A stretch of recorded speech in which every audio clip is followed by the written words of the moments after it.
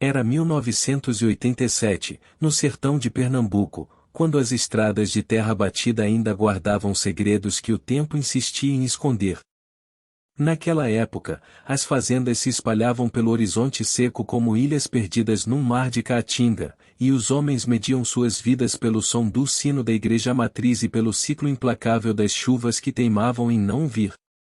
Joaquim Pereira da Silva tinha 42 anos e mãos calejadas de quem conhecia cada palmo de terra daquela propriedade. Durante 23 anos, ele serviu como caseiro na fazenda Santo Antônio, uma extensão de terras que pertencia ao velho coronel Antônio Mendes, homem respeitado e temido em igual medida por toda a região. Joaquim morava numa casinha simples nos fundos da sede, acordava antes do sol nascer e dormia depois que as estrelas já haviam tomado conta do céu. Sua vida era feita de rotina, suor e uma solidão que ele aprenderá a aceitar como companheira. O coronel Antônio era viúvo, sem filhos, e tratava Joaquim com uma cordialidade distante que beirava o respeito. Não eram amigos, mas havia entre eles aquela compreensão silenciosa que só os anos conseguem construir. Joaquim cuidava da fazenda como se fosse sua, e o coronel sabia disso. Sabia também que encontrar alguém tão dedicado quanto aquele homem magro de olhos fundos seria impossível. Numa quinta-feira de agosto, quando o vento norte soprava quente trazendo poeira e promessas vazias de chuva, o coronel Antônio Mendes faleceu. Foi durante a sesta da tarde, sentado na sua cadeira de balanço predileta, olhando para o horizonte como sempre fazia. Dizem que foi o coração que cansou, mas Joaquim achava que o velho simplesmente decidiu que já estava na hora de partir. O enterro reuniu meia cidade na igreja matriz, e Joaquim ficou no fundo, de chapéu na mão, sem saber direito o que fazer com o vazio que se instalara no peito. 3 semanas depois, o advogado da família apareceu na fazenda. Era um homem jovem, de óculos redondos e terno cinza que destoava completamente daquele mundo de terra e espinhos. Joaquim o recebeu na varanda da sede, ofereceu café e ficou esperando as notícias que imaginava óbvias, e a fazenda seria vendida, ele teria que arrumar suas coisas e procurar outro lugar para viver. Já estava mentalmente se preparando para isso. Mas o advogado abriu a pasta de couro surrado e tirou de lá alguns papéis que fez Joaquim assinar, mesmo sem entender direito o que estava acontecendo. O coronel deixará algo para ele no testamento. Não era a fazenda inteira, claro, aquilo ficaria para uns sobrinhos distantes que moravam na capital e que Joaquim vira apenas 2 vezes na vida. Mas havia uma propriedade menor, uma cabana com um pedaço de terra de uns 5 hectares, situada a uns 12 quilômetros dali, nas proximidades da serra. Joaquim conhecia vagamente aquele lugar. O coronel comprará aquelas terras havia muitos anos, mas raramente falava sobre elas. A cabana fora construída décadas atrás, pelo que Joaquim sabia, estava abandonada há tempos. Ninguém ia lá. Nem mesmo o coronel, que nos últimos anos de vida mal saía da fazenda principal. Agora me digam uma coisa, vocês já receberam algo inesperado na vida? Algo que mudou tudo sem você esperar? Porque foi exatamente isso que aconteceu com Joaquim naquele dia. O advogado explicou os detalhes legais, entregou as chaves enferrujadas e foi embora levantando poeira na estrada. Joaquim ficou ali parado na varanda, olhando para aquelas chaves em sua mão como quem olha para um mistério. Por que o coronel deixaria aquilo para ele? Eles mal conversavam além do necessário. Que significado tinha aquela cabana esquecida? Durante 2 dias, Joaquim pensou no assunto enquanto continuava suas tarefas na fazenda. Os sobrinhos do coronel ainda não tinham aparecido para tomar posse, e ele sentia que devia manter tudo em ordem até que isso acontecesse. Era uma questão de honra. Mas a curiosidade sobre a cabana ia crescendo dentro dele como mato em terra fértil. Na manhã do 3º dia, um sábado, Joaquim acordou decidido. Preparou um bornal com água, rapadura e farinha, selou o cavalo Pangaré que era seu companheiro de jornadas há mais de 10 anos e partiu em direção à serra. O sol ainda estava baixo quando deixou a fazenda Santo Antônio para trás. A estrada era pouco mais que uma trilha, cheia de pedras soltas e buracos que faziam Pangaré pisar com cuidado. Joaquim conhecia aquele caminho de passagem, mas nunca tinha razão para segui-lo até o fim. À medida que avançava, a paisagem ia mudando sutilmente.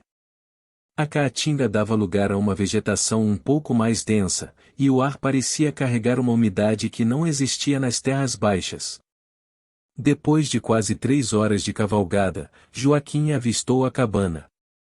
Ela estava aninhada numa pequena clareira, cercada por árvores retorcidas e cactáceas antigas.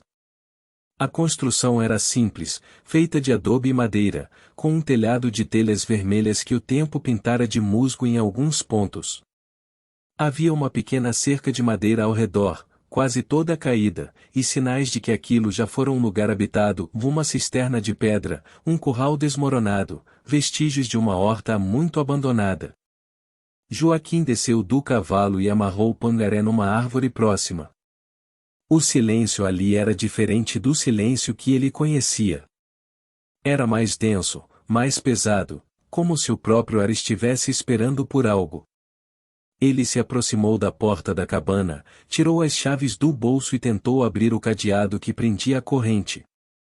A fechadura estava enferrujada e resistiu um pouco, mas acabou cedendo com um clique metálico que ecoou na quietude.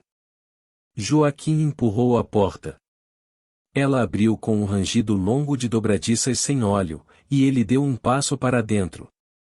A luz que entrava pelas frestas das janelas fechadas criava listras douradas no chão de terra batida. Havia cheiro de mofo, de tempo parado, de lugar fechado há anos. Seus olhos foram se acostumando à penumbra, e ele começou a distinguir os contornos do interior, uma mesa velha, 2 cadeiras tortas, um fogão a lenha coberto de poeira, alguns potes e panelas enferrujados nas prateleiras improvisadas. Foi quando ele ouviu um som tão baixo que quase se confundia com o vento lá fora. Um sussurro. Ou talvez um gemido abafado. Joaquim congelou no lugar, o coração acelerando dentro do peito. Por um segundo, pensou que eram seus ouvidos pregando peças, mas então ouviu de novo.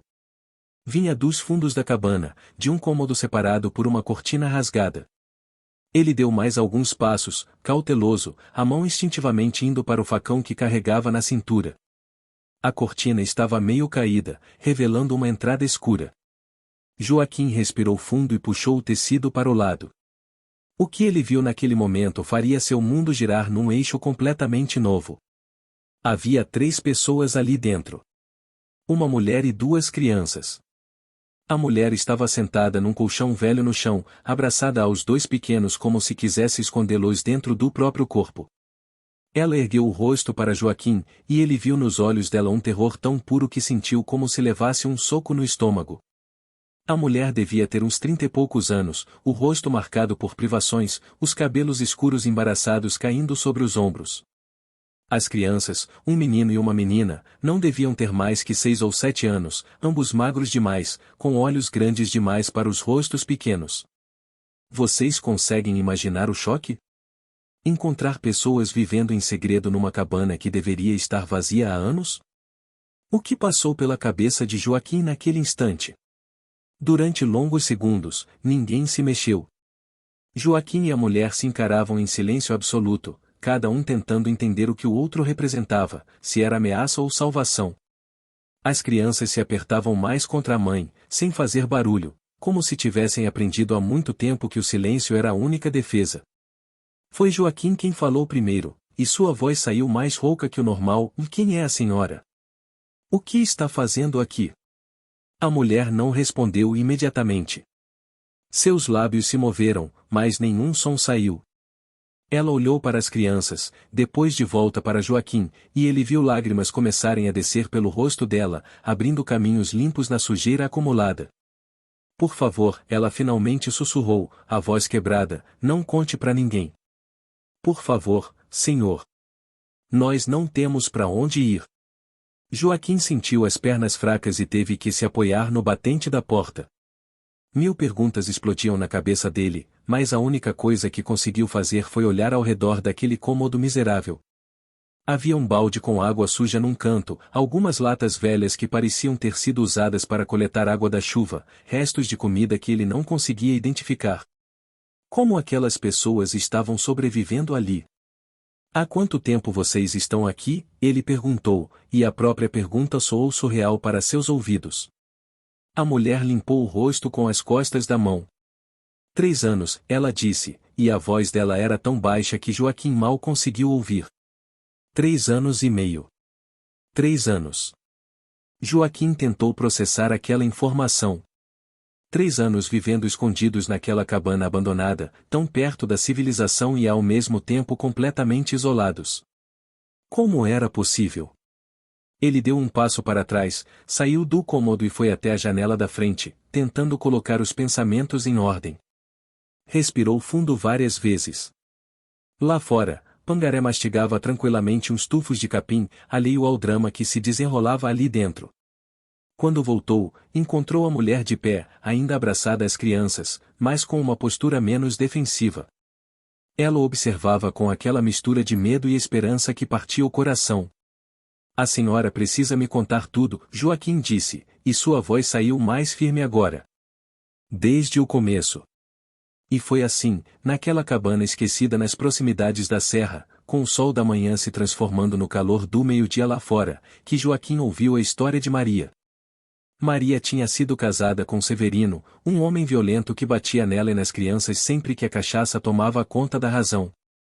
Eles moravam numa vila pequena a uns 50 quilômetros dali, e durante anos ela aguentou o inferno daquele casamento porque não tinha para onde ir. Sua família era pobre demais para ajudar, e na década de 80, no interior do Nordeste, uma mulher separada era vista como desgraça, como vergonha. Até que numa noite, Severino chegou em casa mais bêbado que o normal e a violência escalou para um nível que assustou até os vizinhos. Ele quebrou o braço de Maria e deu uma surra no menino que deixou a criança sangrando. Foi quando algo dentro dela se rompeu. Naquela madrugada, enquanto Severino roncava na rede, Maria pegou os 2 filhos, algumas roupas numa trouxa e fugiu. Ela não tinha plano. Não tinha dinheiro. Tinha apenas o terror de que se ficasse mais uma noite naquela casa, alguém morreria. Podia ser ela, podia ser uma das crianças. Então ela correu. Durante semanas, Maria e as crianças vagaram pela região, dormindo em pontos de ônibus, em casas abandonadas, pedindo comida quando a fome apertava demais.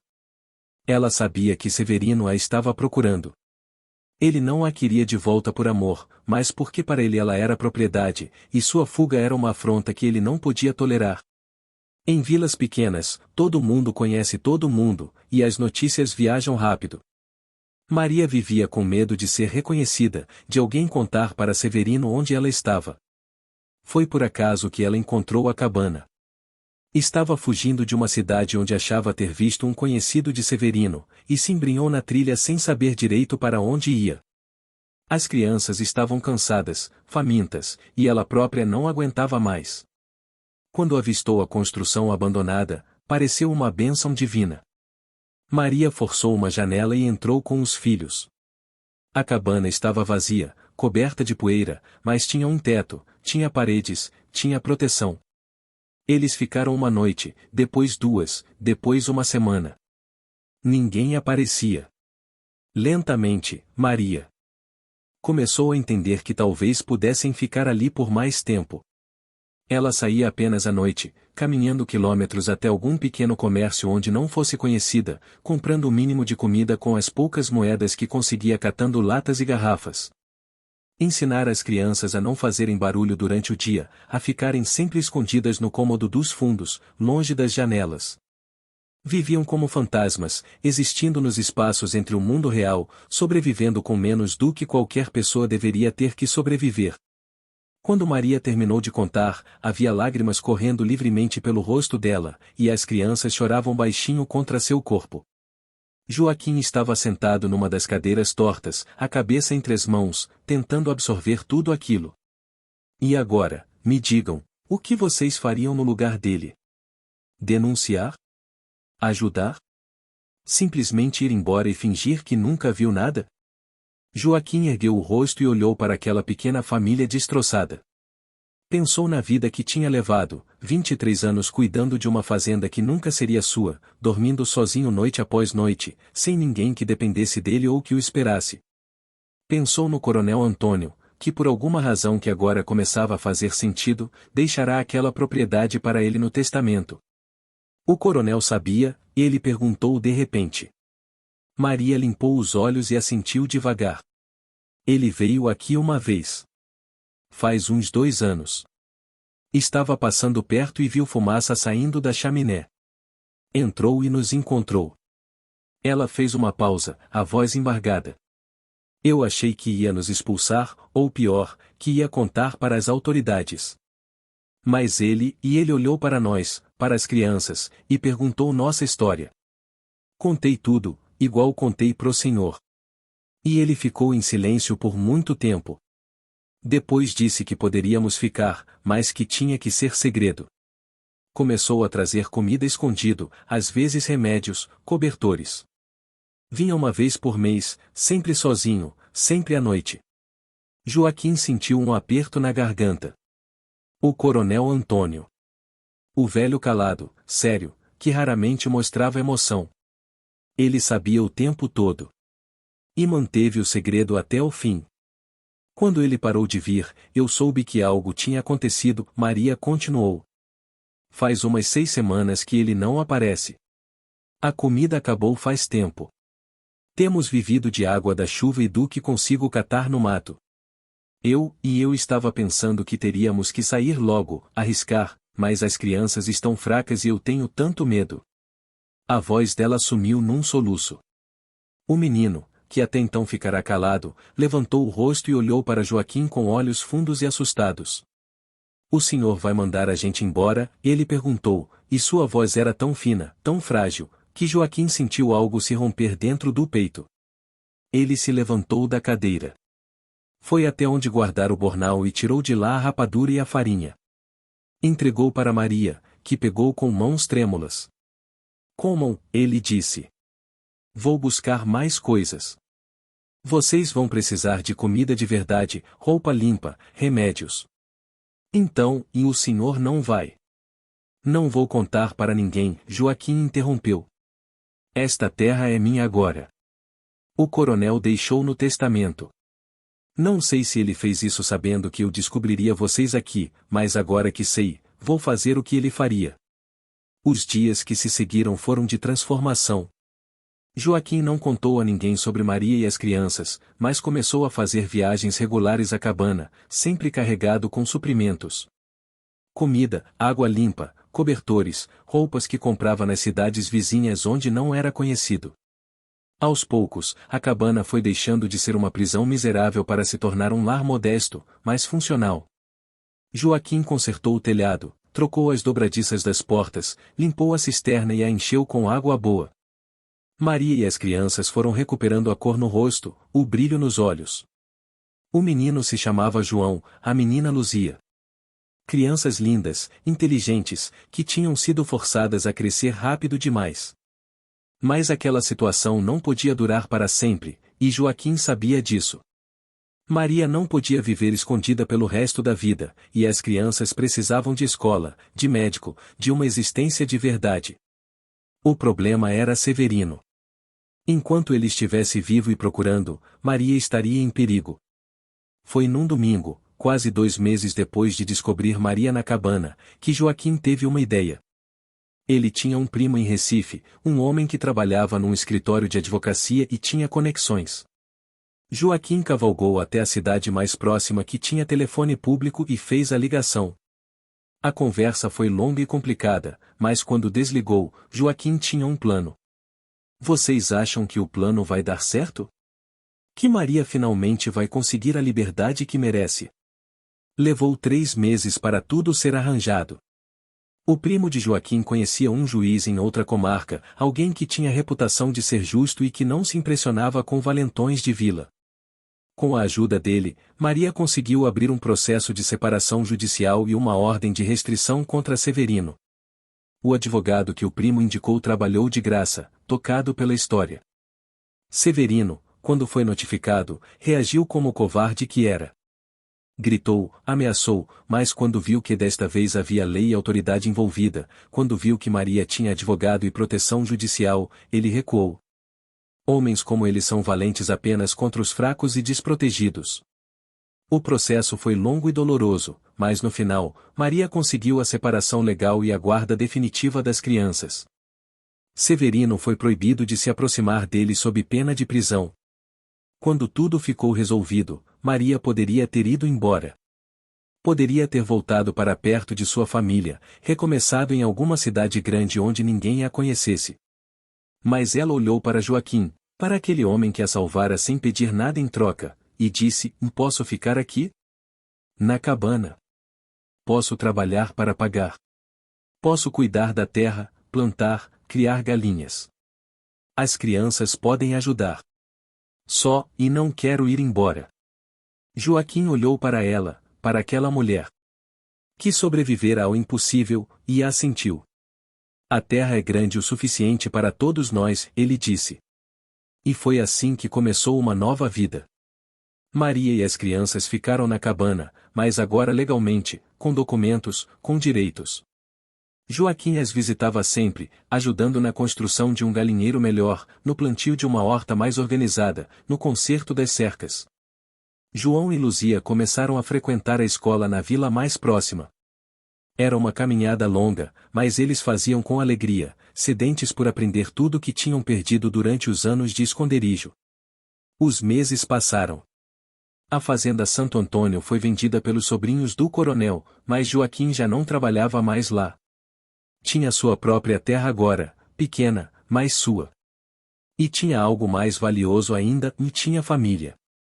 Porque era isso que eles se tornaram, sem que ninguém planejasse ou esperasse.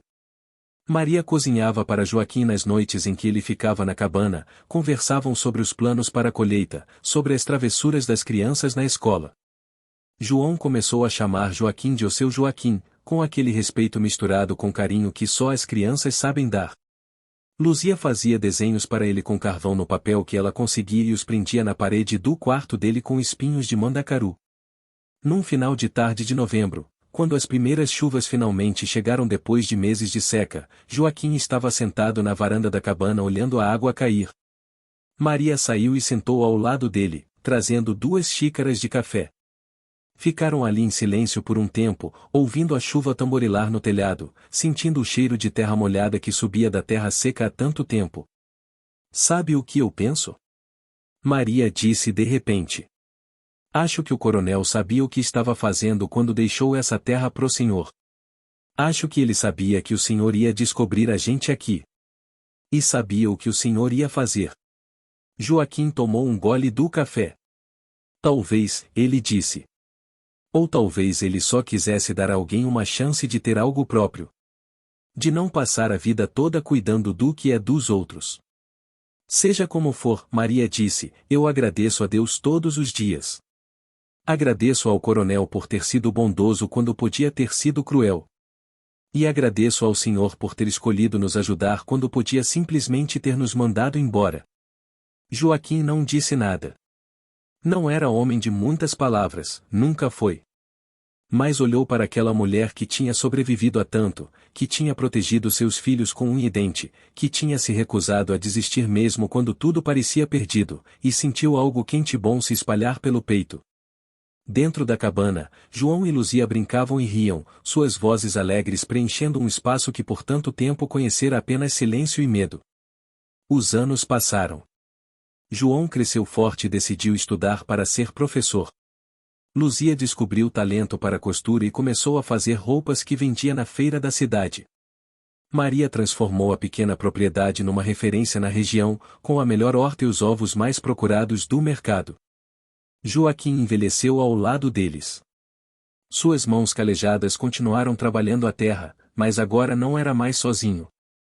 Tinha com quem conversar no fim do dia, tinha para quem voltar quando a jornada terminava. Nunca se casou com Maria, mas também nunca se separou dela. Viviam como família, do jeito que podiam, do jeito que funcionava para eles. Sem precisar de papéis ou cerimônias, só com o respeito e o carinho que tinham um pelo outro. Quando Joaquim completou 60 anos, já tinha até netos.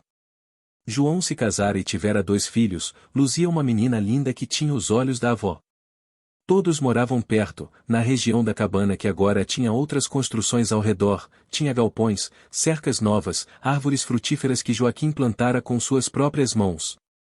Numa dessas tardes preguiçosas de domingo, com toda a família reunida debaixo do pé de manga que dava sombra generosa, João perguntou: Seu Joaquim, o senhor se arrepende de alguma coisa? De ter ficado aqui, de ter cuidado da gente? Joaquim estava sentado numa cadeira de balanço que ele mesmo fizera anos atrás. Olhou ao redor, viu Maria colocando a comida na mesa, viu Luzia penteando o cabelo da filha, viu os netos correndo pelo terreiro, viu as galinhas ciscando, a horta verde, o céu azul imenso sobre suas cabeças. Não, ele disse simplesmente. Não me arrependo de nada.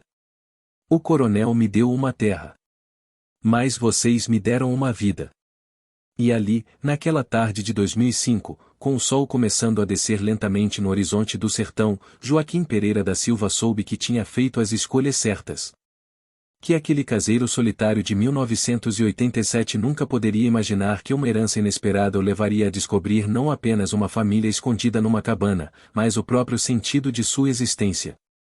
A vida no sertão sempre foi dura, sempre exigiu força e resiliência. Mas também ensinou que às vezes as coisas mais valiosas aparecem quando menos esperamos. Que bondade gera bondade. Que proteger os fracos não é fraqueza, é a maior força que um homem pode ter. E que uma família não é definida por sangue ou sobrenome, mas pela escolha diária de cuidar, de ficar, de amar mesmo quando seria mais fácil simplesmente virar as costas e ir embora. E foi assim que a história do caseiro que herdou uma cabana se tornou a história de como o amor e a coragem podem transformar destinos, de como um homem sozinho e uma mãe desesperada encontraram um ao outro no momento exato em que ambos mais precisavam. Porque no fim, não é sobre herdar propriedades ou posses. É sobre herdar a responsabilidade de ser humano, de estender a mão quando alguém está caindo, de ser a resposta para a oração silenciosa de quem já não tem mais esperança. E se vocês chegaram até aqui nessa história, vocês sabem que ela fala sobre todos nós. Sobre as escolhas que fazemos quando ninguém está olhando.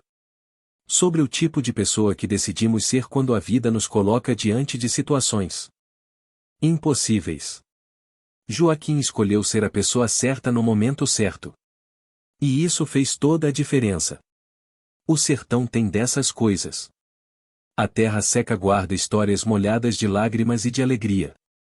E às vezes, quando a gente menos espera, uma cabana abandonada se torna um lar. Uma herança vira um propósito. E um caseiro solitário descobre que sempre teve uma família esperando por ele, escondida no silêncio, esperando apenas que alguém tivesse coragem suficiente para abrir aquela porta e dizer: Vocês não estão mais sozinhos. Essa é a história que eu queria contar para vocês hoje. Uma história de 1987, do sertão de Pernambuco, de gente simples que fez coisas extraordinárias simplesmente por serem humanos de verdade. E vocês? Já tiveram alguma situação onde precisaram fazer uma escolha difícil? Onde poderiam ter virado as costas, mas decidiram ficar? Contem aí nos comentários, porque eu adoro ler essas histórias, elas me lembram que ainda tem muita gente boa nesse mundo. E se essa história tocou vocês de alguma forma, se fez vocês sentirem algo, deixem ali embaixo o que acharam. Se conhecem alguém que precisa ouvir uma história assim, compartilhem. E se quiserem mais histórias verdadeiras do sertão, dessas que a gente não esquece, fica aqui comigo porque toda semana tem história nova. O sertão é grande, mas as histórias dele são ainda maiores. E cada uma delas merece ser contada.